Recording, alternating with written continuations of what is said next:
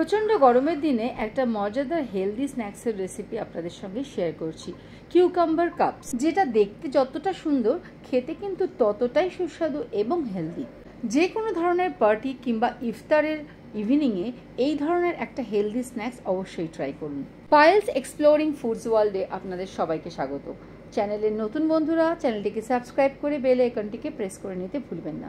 আর চ্যানেলের রেসিপিগুলো যদি আপনাদের ভালো লেগে থাকে তাহলে লাইক শেয়ার করার অনুরোধ রইল। কিউকাম্বার কাপস বানানোর জন্য প্রথমেই কিছু বড় সাইজের কিউকাম্বার নিয়ে সেগুলোকে খোসা ছাড়িয়ে নিন।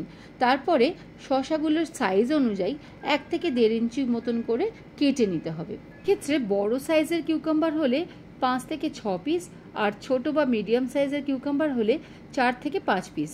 এরপরে একটা স্কুপ চামচের সাহায্যে এই শসার ভেতরের পাল্পগুলো বার করে নিয়ে বাটির মতন তৈরি করে নিন। শুধু খেয়াল রাখতে হবে শসাগুলো পাল্প বের করার সময় যাতে ভেঙে না যায়।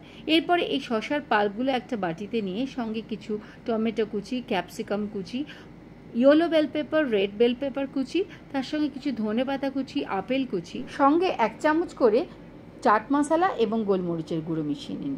সঙ্গে মিশিয়ে নিন 1/2 কাপ জল ঝরানো টক দই আর 2 চামচ ইংলিশ মাস্টার্ড সস। এই সমস্ত উপকরণ দিয়ে খুব ভালো করে একটা ম্যারিনেশন তৈরি করে নিন।